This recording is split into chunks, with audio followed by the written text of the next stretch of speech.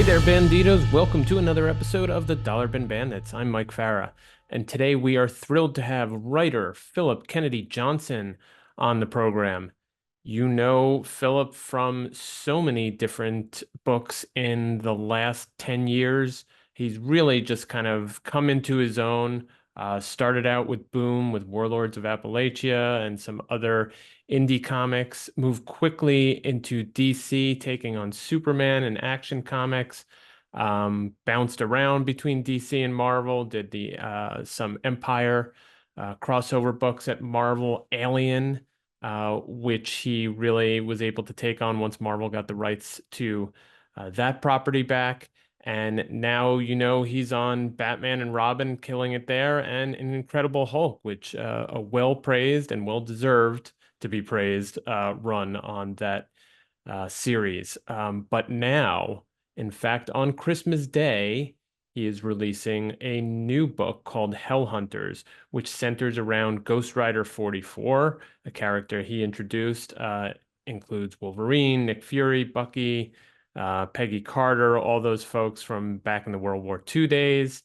As I said, number one comes out Christmas Day, so you'll hear a little bit about that series. But let's get into it. This is Phillip Kennedy Johnson. Phillip, how are you? I'm well. Thanks for having me on. Glad to have you on. We're going to kick you off with our usual first question, which is, how did you first discover comic books? My dad brought home a lot of boxes of ripped up old books from garage sales and things.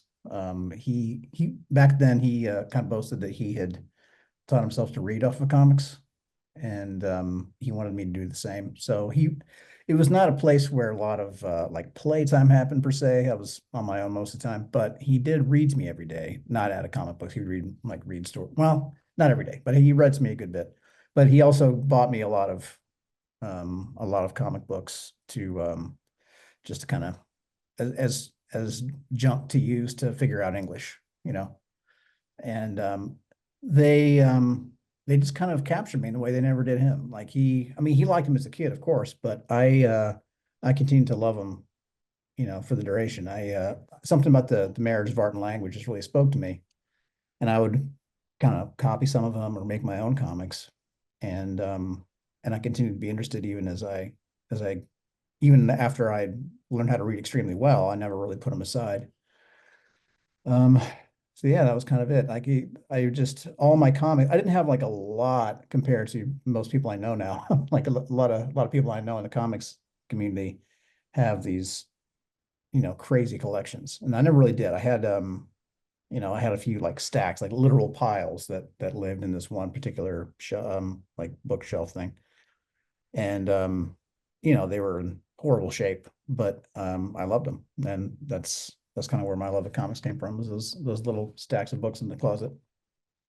So it seems like you had the collecting bug early. Sometimes people just kind of read them, tear them up, throw them away, and then eventually get to collecting, but it seems like you had the Not piles. really. I never, even now, I don't really feel like a collector. I, I mean, I definitely kept them, and they matter to me. I mean, same with my other stuff. Like I know, that, like whenever you go, sometimes I'll buy old retro games with my son. Like we'll find old. I have like the OG Nintendo and Super Nintendo, and sometimes he and I will go and look for old cartridges, and almost always it's just stacks of cartridges just there by themselves. But mine were very carefully curated. I didn't have a lot of Nintendo games at all. I had like maybe like 10 or something, but they're all very carefully kept, and they're all in the boxes. They have all the instruction booklets and all that stuff. And I did try to take care of my comics to some degree, but they got read so much that they did eventually get ripped up even more. And I mean, they were never in good shape. I mean, they were usually second or third hand. Sometimes when there was a special treat, I would get to buy one from the grocery store or something, and it would be new. But most of them were already pretty dogged out when I got them. So I didn't. I'm not really a collector per se. I just loved the art form. Like I would just kind of, I wanted to know the story. I wanted to see what happened. I wanted to just kind of love the art and copy the art and make my own versions of it later. And It wasn't so much about having the physical thing as much as just experiencing the thing, you know. Right. When did you figure out, or when did you think you wanted to actually create comics? I mean, was it from the very beginning that you started thinking, well, I have these issues, like what would happen next in the story? Or was it sort of later on as you got older? I was making my own right from the jump, but it was, as far as doing it professionally, I did want to be, I wanted to be a comic artist as a kid. I was like, I can do this myself. And I had no idea how the industry worked or how I would actually go about doing that. And and I don't think I was ever especially serious about it. I just really liked to draw. And I drew a lot. Um, but I mean, I drew a lot compared to the people that I knew, but I wasn't like, compared to the people that I know now that are in the industry, I wasn't putting out nearly the volume of work that they're doing. I was just copying shit that I liked and doing more versions of those things. Um, and actually, so this whole time I just really like making things, man. Like I made comics. Like I wrote little stories, made little jokes. Some of them were comic strips, like Garfield or whatever, like a little 3 panel or four Yeah. panel like joke strips. Sometimes I would do full pages of comics. But I was also playing music and doing other stuff. And I actually, when I started to think about a career, like in high school, I was thinking about music, and that's what ended up happening. I went to college for music and got a job playing trumpet in a military band in the Capitol, and that's what I'm doing now. Actually, I'm about to finish up 20 years doing that. Um, while I've been It's doing amazing. that, I've also been doing comics. So when I started thinking about doing comics, like making real comic books that you could actually find and buy, that was all kind of a different process. By then, I had fully gotten out of comic books. Not that I ever stopped loving them. I just became very focused on my career and on my craft and trying to become the best musician I could be. So all through college and for years afterwards, I didn't really read for fun that much. I was just reading for school or just practicing my ass off and just doing, trying to make myself great in another field. Um, but at some point, I have a younger brother, and he also played trumpet and drew comic books, and he went the other way. He wanted to be an artist, and he didn't know how to go about it. So he finished high school and he was doing community college, and it was going fine, but he was not loving it. And I was like, man, I just don't want to be here. Like, this is not what I want to do with my life. I want to make comics, and he had no idea how to get started. And I was already well established in the capital in Washington, D.C. And I was like, man, just come move out here with me, man. We'll figure it out. Like I'll find I haven't read comics in forever. And I was kind of looking for new outlets too. I'd kind of settled into the gig that I was doing music wise and looking for other creative outlets. After a certain point, it wasn't enough anymore. Like I wanted other creative outlets to fulfill me. I was doing some volunteer work. I was doing some martial arts. I was doing other things. Because I just completely sold my soul to music for so long. I was ready to kind of become a whole person, maybe. So I was like exploring other things.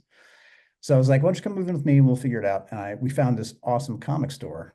It was actually very small then, called Third Eye Comics, which is now this behemoth out of Annapolis, Maryland, that has become, now they've got a bunch of different stores and they're in like the top 5 accounts in the world. And they're amazing. It's an amazing store.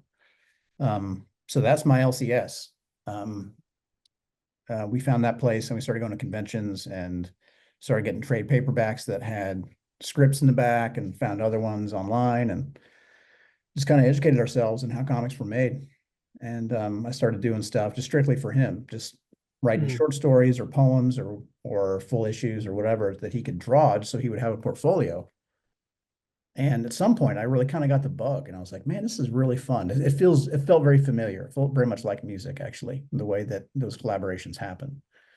Um, so I was like, "What if I did this for real and actually put out some books?" And then, my brother and I could put out some things too, and then he could get this little leg up in his career. And it was still kind of just to kind of help him get him rolling. But I was legit loving it just on my own. Like, I really got the bug creatively. And after a while, it stopped. Bill had his own life and was doing his own stuff, his own things, and I just kept doing it because it was really fun and rewarding. And yeah, one opportunity led to the next, and eventually I'm getting DC and Marvel work, and it just sort of worked out. So I assume at that point, since your brother was going after sort of the art end, that maybe you were not thinking about resuscitating that part of the sort of comic making experience. You were really at that point starting to concentrate on writing. Is that right? Or did you have any inkling to possibly like try to get back into the illustration part as No, well? honestly, when I draw now, it's kind of depressing. Like I had I was never like truly like high level skilled, Yeah. but I was making drawings that looked really cool at the time for where I was at. For a high school kid that loved comics, I was making sort the pictures that looked as good as the ones in the comics did from an extremely layman perspective. And I try to do that now, and it's like, man, this just looks like shit. It just kind of bums me out. I lost all the any of the meager skill that I had is basically gone. And I mean, I can kind of muddle my way through. It's not enjoyable anymore, really. So I still do a little bit when I'm just kind of I'll do like very basic versions of layouts and things just for my own benefit, just to see how a page will turn out. Just kind of I'll hack my way through some things just to kind of to serve the story that we're telling. But I would never show anyone. Like at some point when I'm down the road when I'm washed up, I'll start drawing again and try to have some fun with it again. For right now, it's just kind of sad. That's all right. I mean, you already have, the music and now the writing, which are both successful creative pursuits. I mean, Yeah, adding a yeah, third one is could be problematic. yeah. So getting into the industry itself, I mean, you broke in, I think, with Boom and, your two miniseries, Warlords of Appalachia and Crocodile Black. Were those, I mean, were those stories that you kind of had developed and then you shopped around, or how did that all work in landing them at Boom? Well, my first one with Boom was Crocodile Black was very recently. That was just this past year. Oh, sorry. But Yeah, my first one was Last Sons of America. And that yeah. was in 2015. That was with Boom. But I actually got kind of hooked up with Boom a couple years before that. It took a long time to get it off the ground. Um, I had, man, I hadn't thought about this in a bit. My At the time, CBR, Comic Book Resources, was very different then than it is now. Mhm. And it was a really good site with a lot of great content on it. And there was this column on there called Shelf Life that Ron Mars wrote, just about life in the comic industry and or about the creative process of making comics, or anecdote story that happened, and it was great. Um, and at the time, I was kind of this is all very early when I was still doing stuff with my brother and trying to figure things out. And well, actually, back up a couple more years to 2010. There was this earthquake in Haiti, and I was doing a lot of anti-human trafficking work around that time. And when that earthquake happened, it created this big humanitarian crisis. And um, this a church group went down there from the States, ostensibly to help orphans, to help find families for kids who had been orphaned by the earthquake. But they tried to take some kids out of there that still had families. And they got in a whole lot of trouble for it. And it became this big news thing.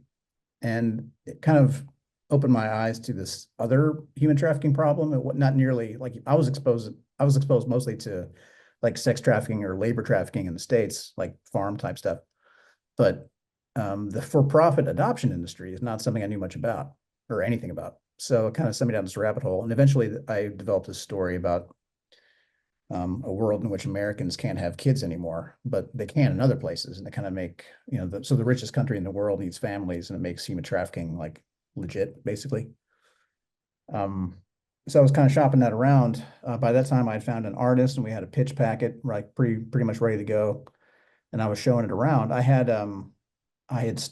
done enough writing now. I'd written enough scripts that I kind of knew what to do.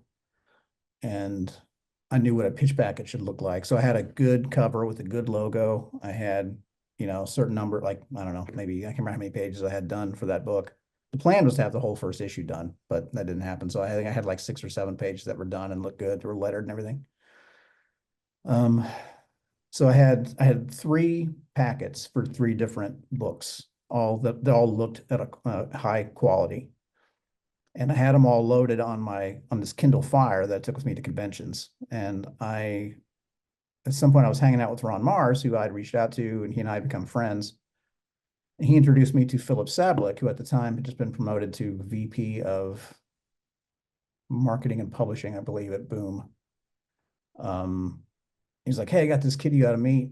He's got some good stuff." And I could tell Philip was not happy. He's at the bar, and I was like, "Man, screw you, Ron. This kid sucks. Everybody sucks. I don't want to look at this kid's stupid shit." Um, but he did. He looked at my stupid shit. He looked at my I gave him the pitch for these books, and he actually seemed pretty impressed. And one of them in particular he really liked, and that one was Last Sons of America. So he said that that's something he thought he could publish. So I was really excited about it, and that conversation went on, kind of drug on for a while because they had other stuff in the fire. But eventually it got made. We got contracts signed. I got the book made and came out, and that was my first book at Boom. That process went really well. They found me easy to work with. I like them a lot too. And they started talking to me about what the next thing would be. So we did Warlords of Appalachia, and that was the next one there. And that came out in like late 2016, like October 2016. And that was a story about the political divisions in the States. It was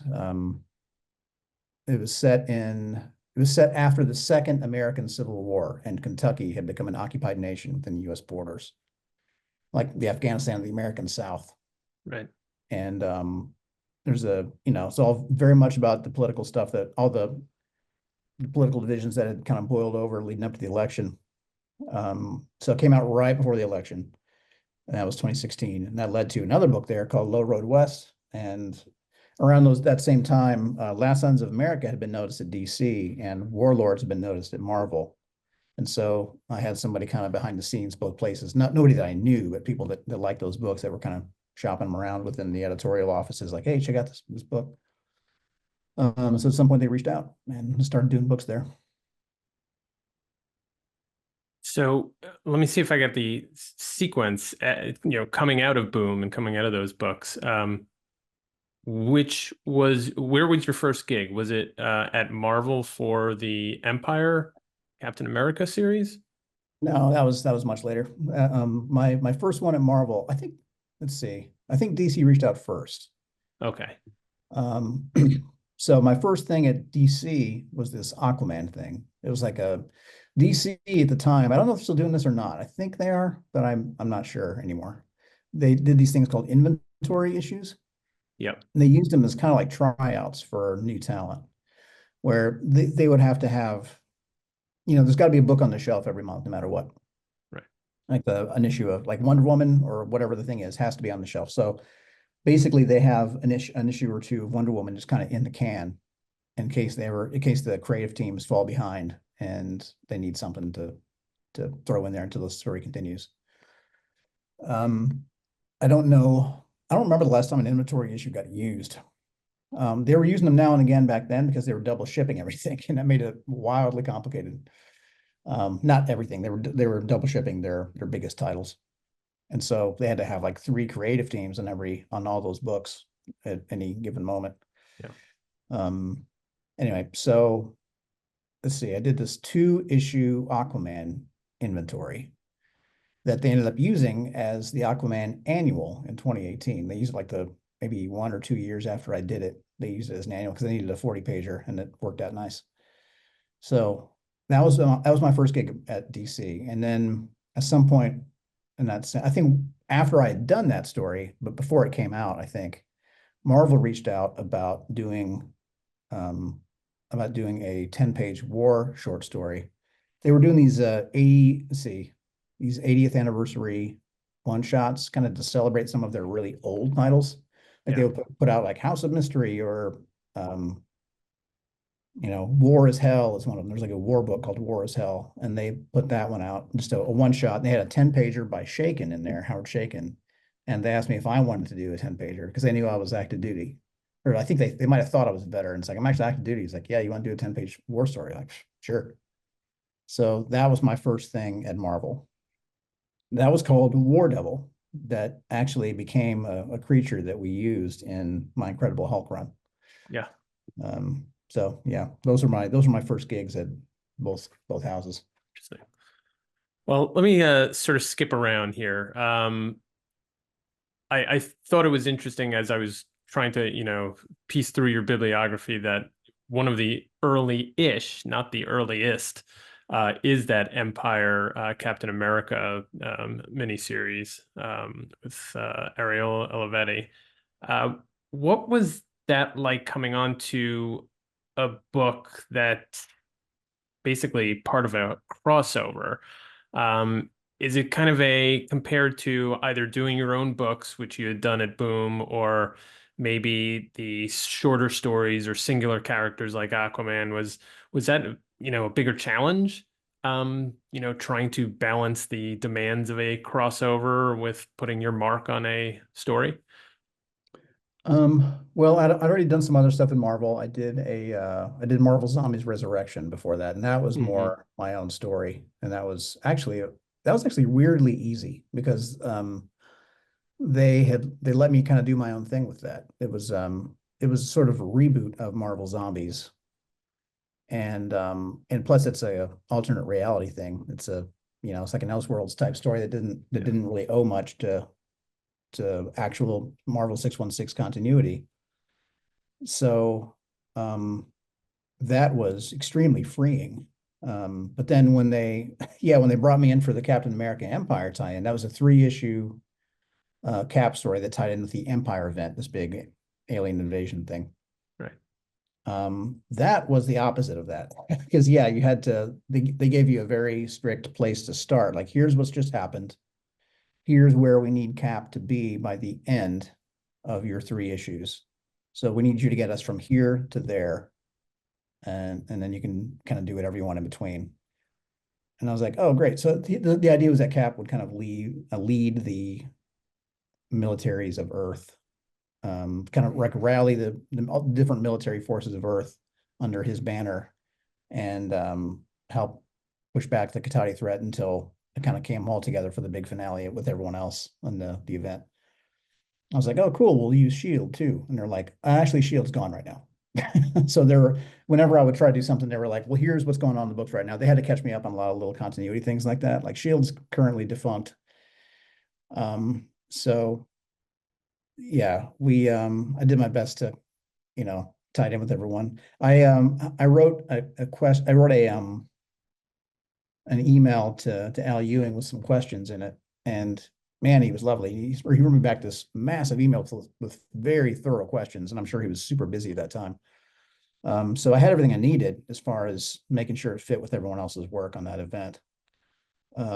But yeah, it was definitely, there were a lot of guardrails on that book in a way that there hadn't been on the Marvel Zombies thing, because that was like my own universe I was making up. And in a way, my Aquaman story was kind of that way too. I had a couple issues of Aquaman that was kind of this whole thing set in the future, and it was also very, I could just go nuts. So that was my, aside from other licensed things that I had done, like, Kong and some Henson stuff.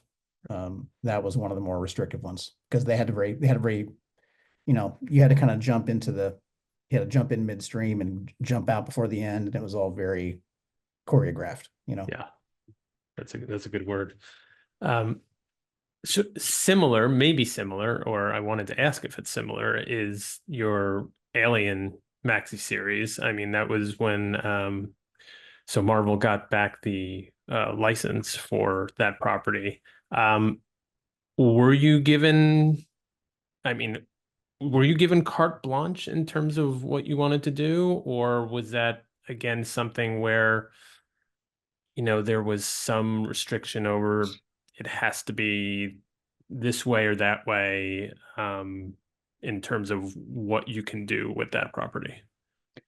Um, Definitely not carte blanche. Although initially they were very accommodating, and they were like, yeah, if you want to use characters from the first movie, you can, or from the movies, they said.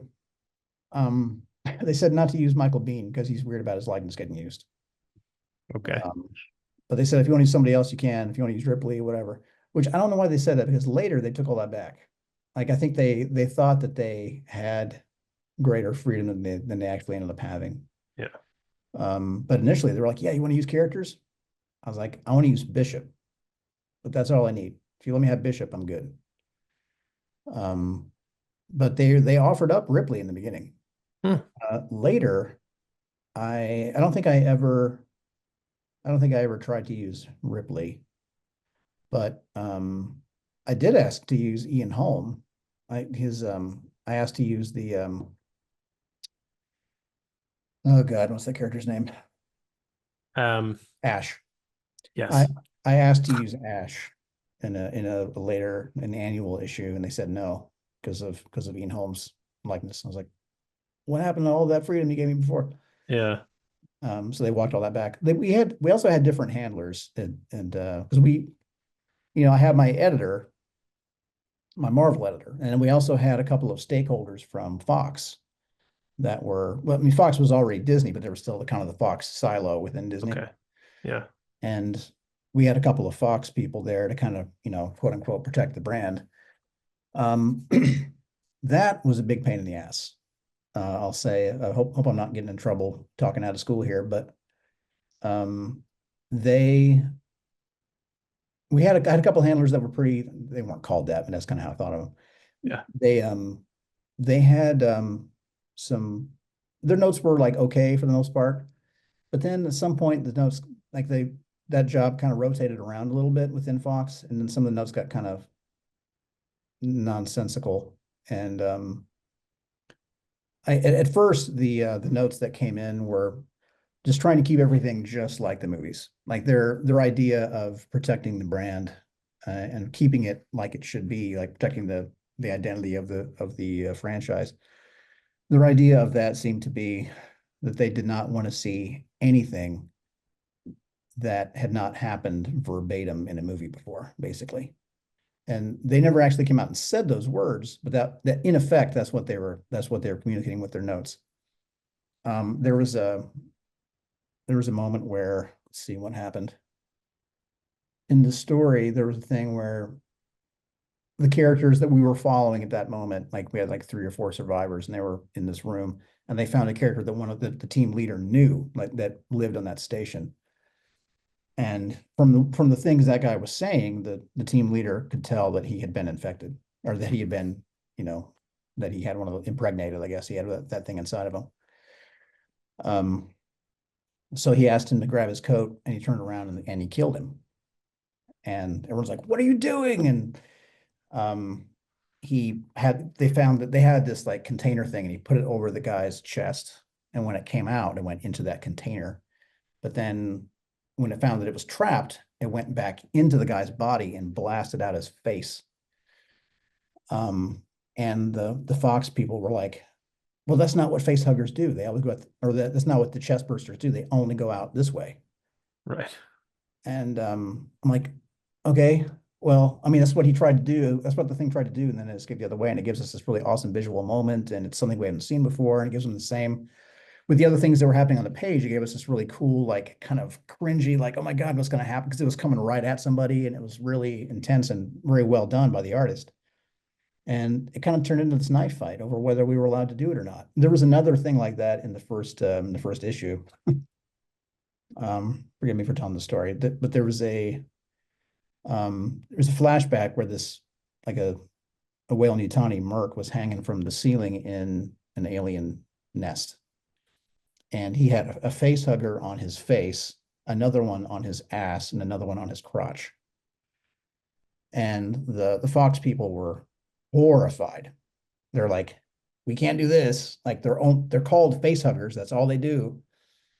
And I was like, not everything has a face. Like the versatility of these creatures is that they can impregnate anything. How would they do a crab or whatever? Like there have to be different options. And actually, I had to play the nerd card super hard on that conversation. Be like, look, I know more than you. I Right. I went back to the handwritten notes from Covenant, in which David, like when in that movie, sorry, forgive me, have you seen that movie? Yes, I have. All right. So in that movie, David has been taking all these meticulous notes about the creatures that he's basically engineering there. Yeah. Um, and at one point, one of them talks about kind of a forerunner to the facehuggers, like these creepy looking things that kind of skitter around. And it looks very facehugger-esque. And in the notes, like I went back and I read all that shit. Those are all extras on the Blu-ray. So I read all those notes, and there was one in the high grass. One of them, when David was walking around, and one of them went up his leg and was and hesitated when it didn't find any orifices because it was looking for a way in. And when he realized that David was an android and had none, that gave David an opening to kill it. So I'm like, see, it was just looking for any kind of orifice. Like this, I had to Yeah. kind of have this big debate about whether or not this was allowed. And eventually they said yes. But it was stuff like that kind of all the time. And sometimes there were like sensitivity issues that they were being like so mindful of sensitivity issues that sometimes they would make kind of dumb decisions. Like at some point, a soldier was talking down to an android and called him a China doll or something. And they were like, "This is racist." I'm like, China a porcelain fucking Yeah. porcelain doll, like this is not a Chinese doll. It was like things like that. It was just like a lot of weird notes. So that in that particular property, sometimes there would be little headbutting moments trying to get things over the plate. But my editors at Marvel, to their credit, were really great about it, and they would almost always have my back. And we got a lot of things over the plate that they initially pushed back on. Yeah. Well, Anyway, that's if you had more wins than losses, I'd say yeah, there that's a were there good were some thing. other ones. Like there was a story that took place further into the future. We had a couple that took place like roughly during the time of the some of the earlier movies. But then there was one that took place later. I was really interested. Okay, so Alien Resurrection is a film that I don't like that movie at all. That's the only one of the Fourth Alien one. films. I'm usually very forgiving towards Alien movies because I just love them, Me too. but I can't get through Resurrection. Um, but I did though I liked the Winona Ryder character. Hmm. Call, I think her name was. She was a. I liked the subplot throughout all the Alien movies of the development of the androids and how they were on their own journey. How they became more and more human and very much their own thing and more independent of us. Yeah. So They're the best part of the movies for the most part. I know I love them. Yeah, the David character is so great, and Ash is Yeah. so interesting, and Bishop is a beautiful character. I love Bishop. Yes. I like the Call character too. I forget. I hope that's the right name. I've not seen that movie in some It time. sounds familiar. Yeah, Yes. it's the Winona Ryder character. Everyone knows who I mean. She's great. Um, and so the my third arc in Alien was about a team called Steel Team, and they were a team of androids that were used as like this, like Delta Force kind of like Space Marine sort of team, and they had long ago gone AWOL and found their own world and had left us behind. And I wanted to show a couple of the androids having sex, not like graphically, but just to very clearly suggest that they're intimate and that their bodies are capable of that kind of thing by then. And that was one they did not budge on. And that was really important. There were a couple of characters of a couple of Android characters that I wanted to show them that they had this really deeply meaningful romance. Hmm. And their physical intimacy was going to be part of that. And again, we wouldn't show anything lewd, but they pushed back on that and would not hear any alternative. So there were something, and that did impact the story kind of a lot. I had to make some adjustments for the rest of the story to make that happen. Um, but yeah, so there were some had to give up some things, but I love those films, man, and I love that whole franchise. I love Giger's artwork. I tried to pay homage to Giger's work as often as I could.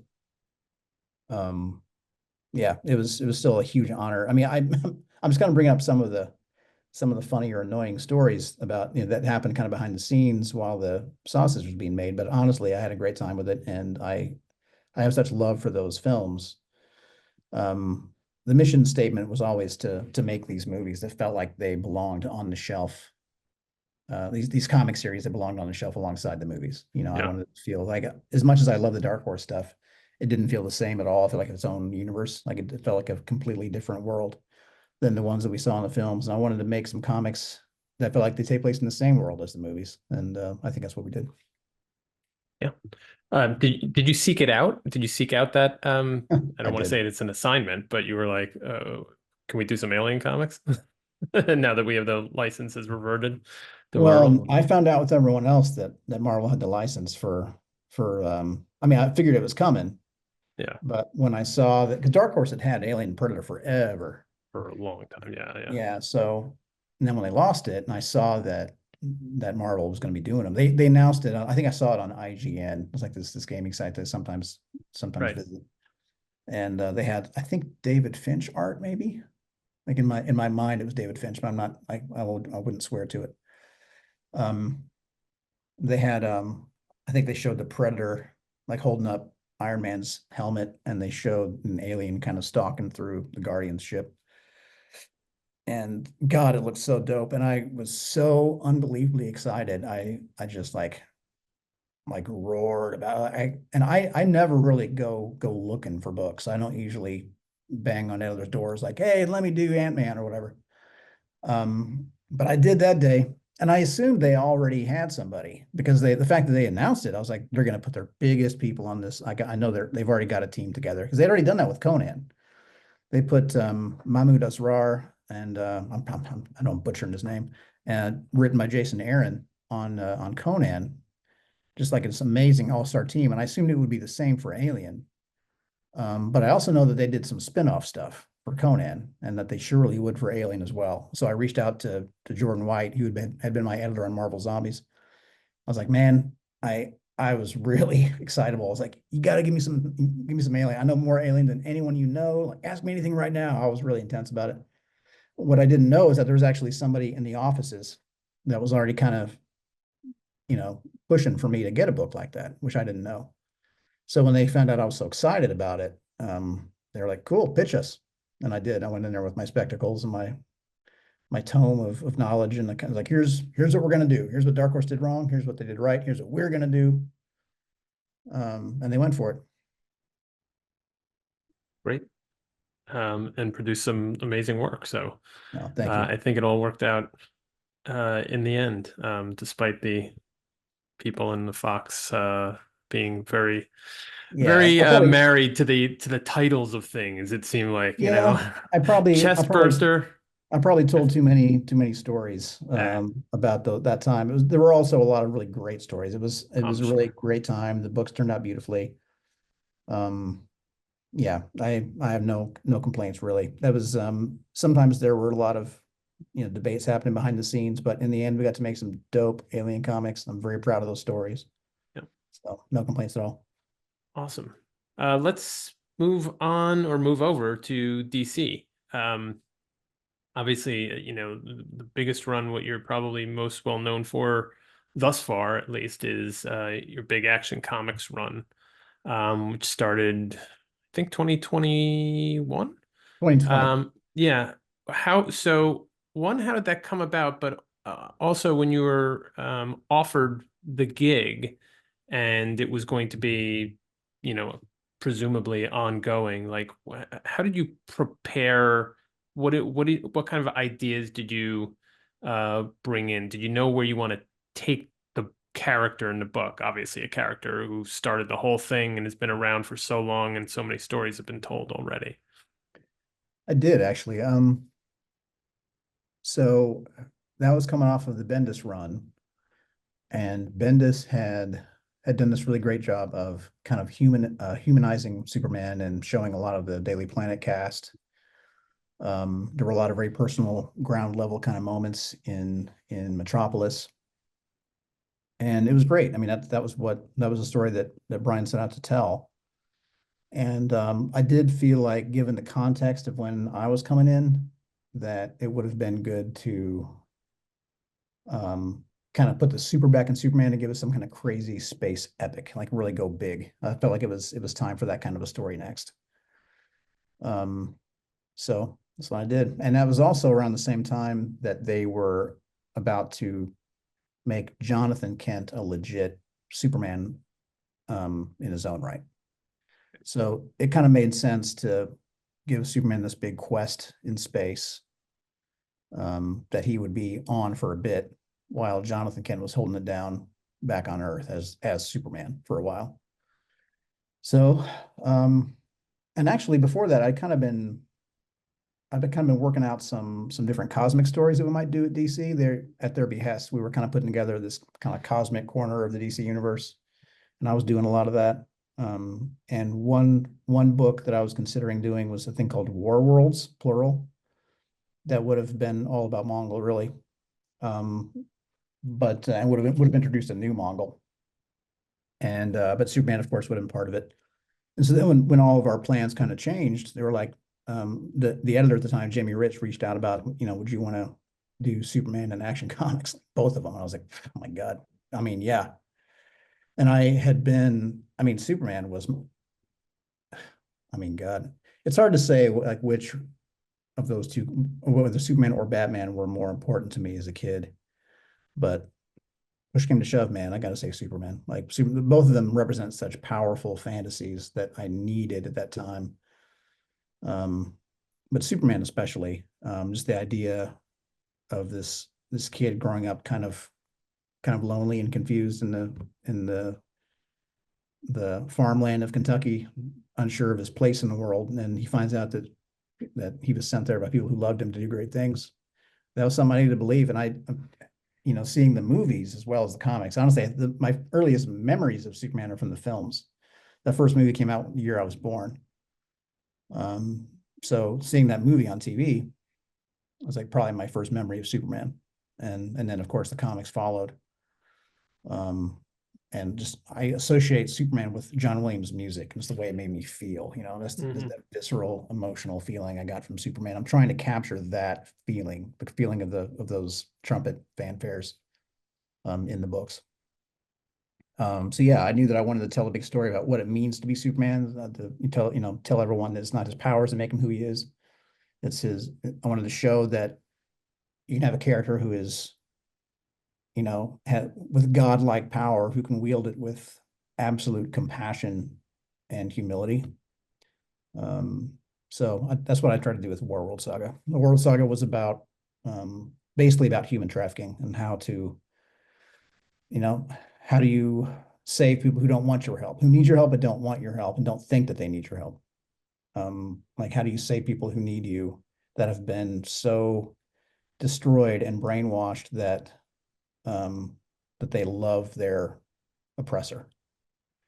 So yeah, that was Interesting that and maybe this is a theme throughout the book, is that or your work, which is that you're obviously working in fantastical environments and storylines, but there is a grounding, or there are themes that are more, I guess, similar to things that are happening here in this country or on this earth, that you can sort of dig into still in those fantastical settings. Is that something you're consciously doing, or it just sort of kind of happens as you're organically telling the story? Well, yeah, I didn't actually know at first that the War World Saga was about human trafficking. Like there's this thing that I get into a lot in the culture of War World. I wanted to flesh out War World, make it feel like a real place. Like I was sick of seeing War World as like a big Death Star ripoff, or it's like a big metal ball with guns sticking out of it. It just kind of seemed lame.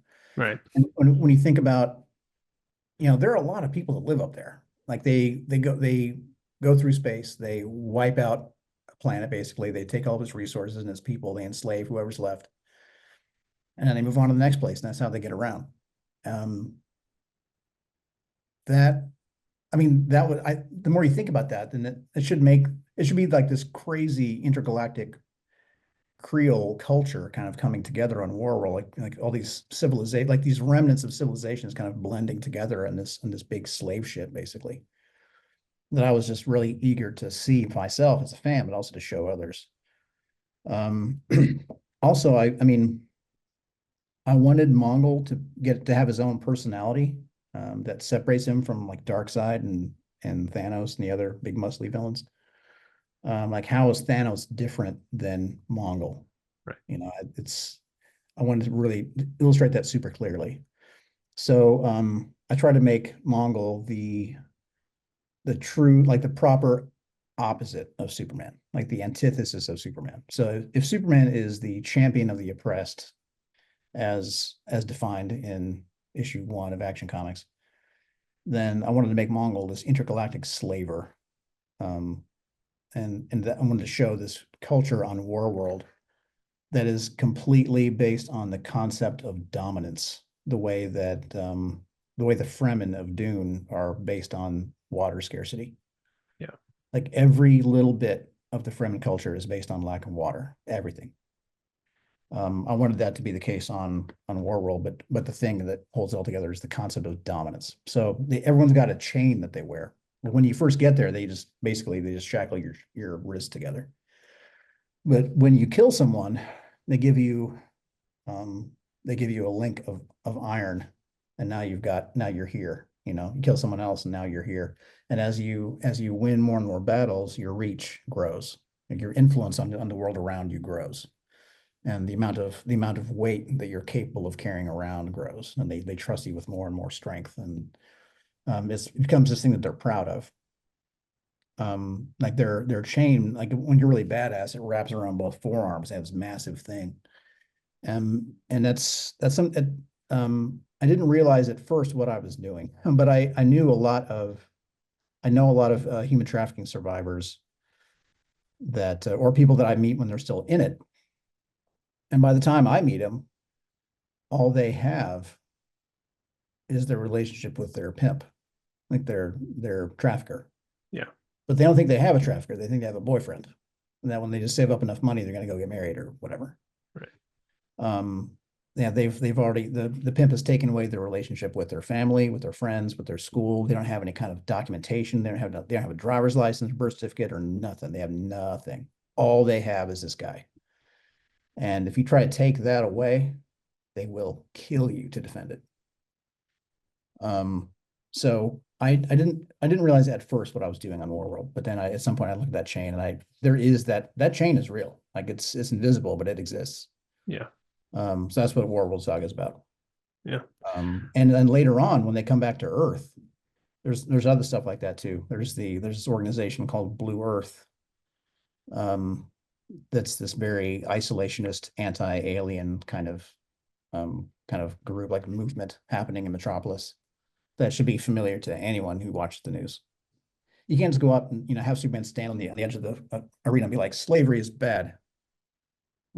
Everyone knows that. Everyone knows that slavery is bad. Everyone knows that human trafficking is bad.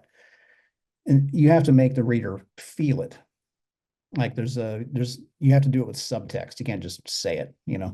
So there's a lot of things I try to tell. I try to keep Superman socially conscious the way that he always was since the very, very beginning. Superman's always been that. So I try to keep him socially conscious. But I try to do it through subtext rather than bonking him over the head with it. Yeah. I mean, really interesting concepts. And the way it's executed is very as I said, resonant sort of with the current issues that are being faced on Earth, but yet, kind of mapped onto this fantastical different scenario that seems Yeah. familiar because we know the Superman mythos, but is yet, I don't know. I just like this sort of mix of all of that stuff. It's really Well, great. thank you. Yeah, I mean, Grant Morrison talks about that too. He talks about how, like, whenever anyone talks about how hard it is to write Superman because he's so powerful, he's too powerful, it's hard to write him. Like, I don't see that at all. I mean, first of all, Superman's been very physically challenged many times. Yeah. But also, I mean, he also cares so deeply about everyone. Like it's that love that he feels for everyone, that compassion makes him intensely vulnerable.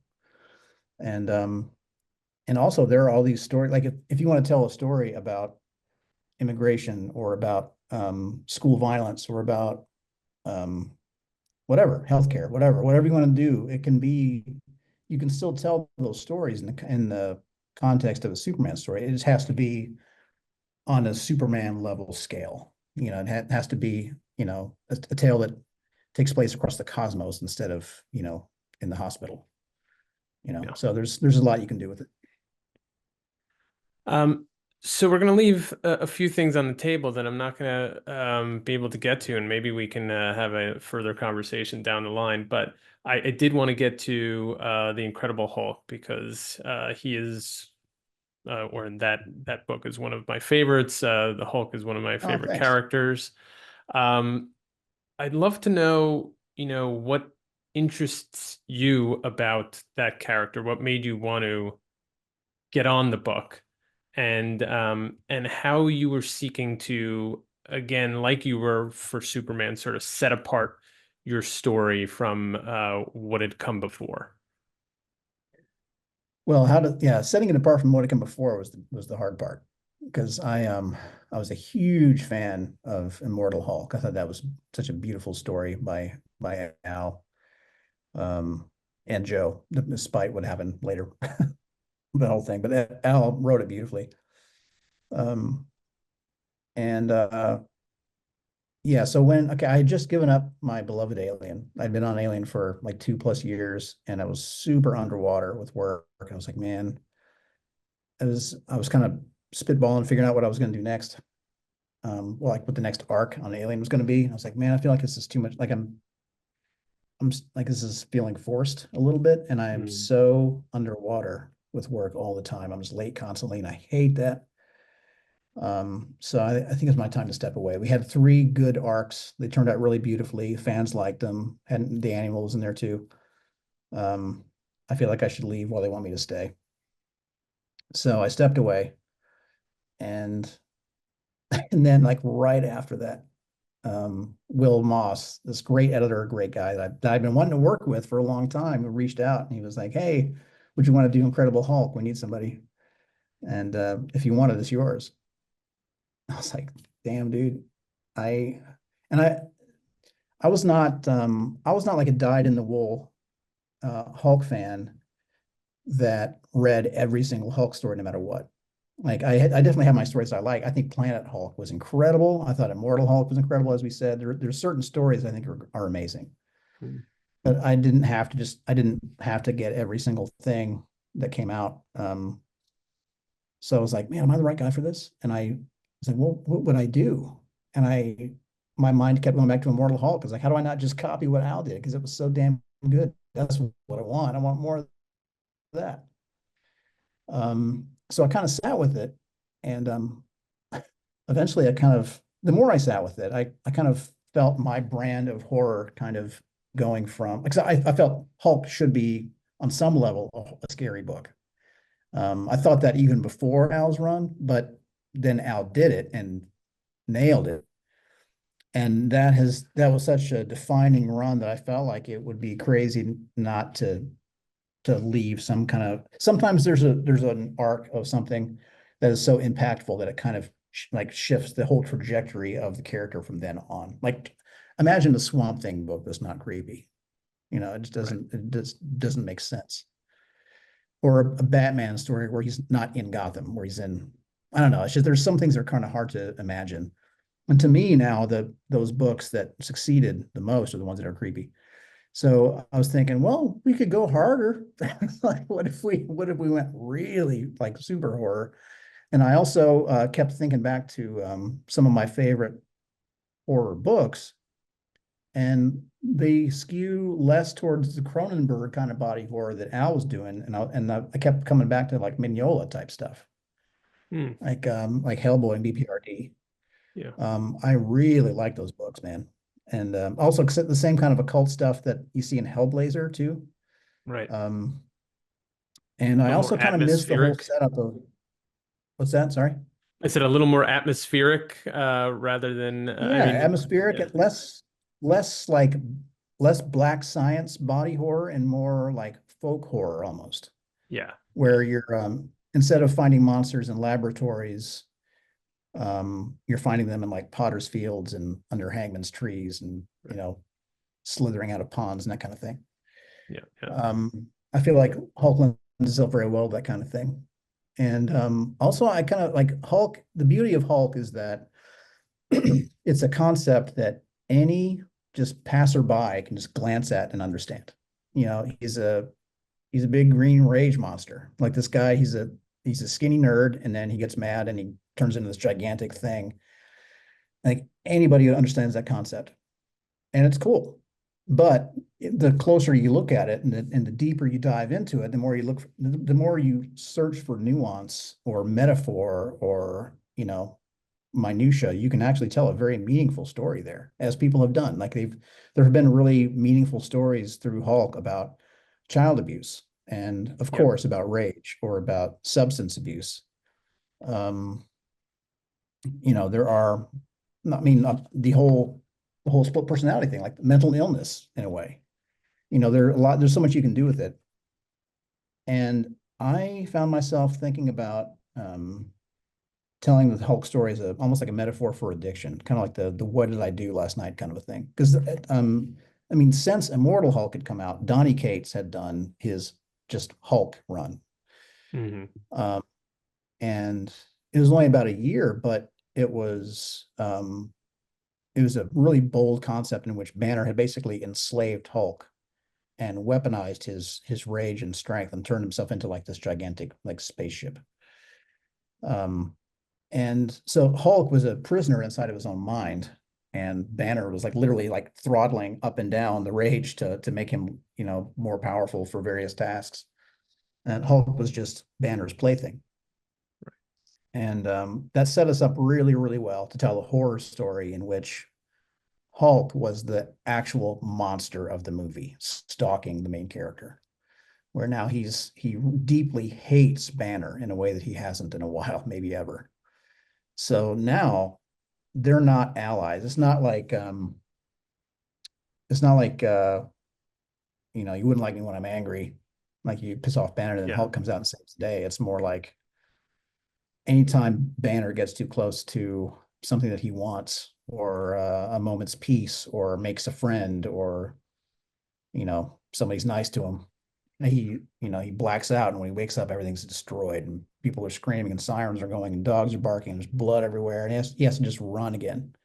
And it's like it's a story about the thing that we all hate about ourselves, whatever that is, whether it be substance abuse or our own temper or our addiction to fatty food, or we can't get up in the morning, or whatever the thing is that we hate. Like, if only I could fix this thing about myself, I would have everything I want. But that thing kind of stalks us and we can't shake it. That's what Hulk is now. But just taken to this crazy nth degree where it's in a very visual comic booky kind of way, where it's like he literally destroys everything. Right. But he is basically that thing that we all are afraid of in ourselves.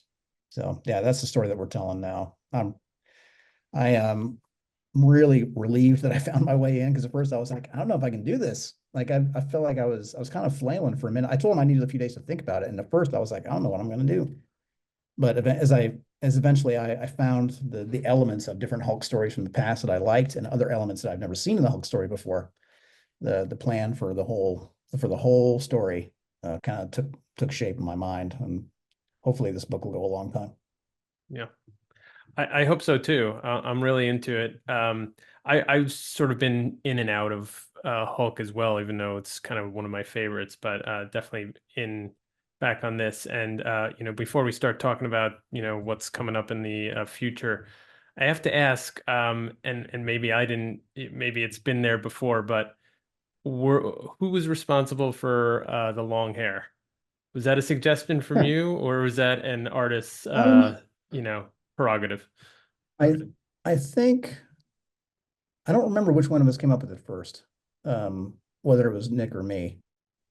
But I think it was I think I mentioned it first, but it would have been alongside the beard. Like, I think if I got in my way, if I was doing it completely on my own, it probably would have been long hair and beard. Hmm And Nick showed, like, at some point he put up a like a concept, and he was sort of clean shaven. He had long hair, but no beard really. And he looked awesome. And I was like, "What do you think about maybe a beard too?" And he was like, "Nah." And that's literally all he said. I was like, "All Yeah. right, you're the artist." And honestly, I prefer it this way. We did discuss it. We talked about some more, but he said, we talked about music some too, and he likes the idea. We both like the idea of like a Kurt Cobain banner and a Danzig Hulk is kind of how we described it. Yeah. Uh, and it Very works, cool. man. I like it well. Yeah. I'm really glad that he pushed back on the beard thing. I mean, that would have been cool too. Anything Nick does and Danny too would have been amazing. But I'm just used to Hulk the way he is now, and he looks amazing. Yeah. No, I agree. I mean, it's such a small change, something you would think would not really, although for comic folks, any small change is a big change. But I don't know. I think it encapsulates, some of what you're trying to. It's sort of the show don't tell, right? Like the hair is indicative of sort of the wildness and just the messiness of this whole situation and the story. So anyway, Yeah, no, it kudos to fits both of you. perfectly. It'd be hard to imagine him without it at this point. Yeah. So you're still doing Incredible Hulk. I think you're doing also Batman and Robin currently. Is that right? Yes. Yeah, Yeah. the second issue. We're recording this on Wednesday. I don't know what's coming out, but my second issue of Batman and Robin, which is Batman and Robin 15, comes out today. And man, I'm so proud of it. I just Javi Fernandez is doing the art. Marcelo Maiolo is doing the colors. Steve Wands is on letters, and the team is just obliterating it. It looks exactly like I want. Like I love how realistic but also dynamic everything looks. I love how like gritty and rainy and smoky everything looks in Gotham. It's just so dope. It's like a proper detective noir story. Yeah. I'm really excited about it. So please Very check it out if cool. you haven't. It's going to be. I have to assume this will be my only. Whenever I come onto a story or a character or a property, I have to assume it's going to be my only time getting to do it. So I'm trying to kind of leave it on the table here. If Batman and Robin is my only. I mean, I've written some Batman in the past, but it's always been relatively short stories. And if this is my only proper Batman like long run, I want it to be. I want to do everything that I wanted to do on it. Okay, we're back. Man, does this guy have a lot going on. I love talking to Philip. He has just so much imagination. There's so much that he wants to do. There's so much that he's done already. And we're just happy to be able to read all of it and can't wait to see where he goes next in terms of writing. But go out there, pick up Hellhunters, kind of an interesting material to drop on Christmas Day, but hey, why not? And that'll do it for this episode of the Dollar Bin Bandits. Please remember to rate, review, and subscribe, support the show, and we'll see you next time.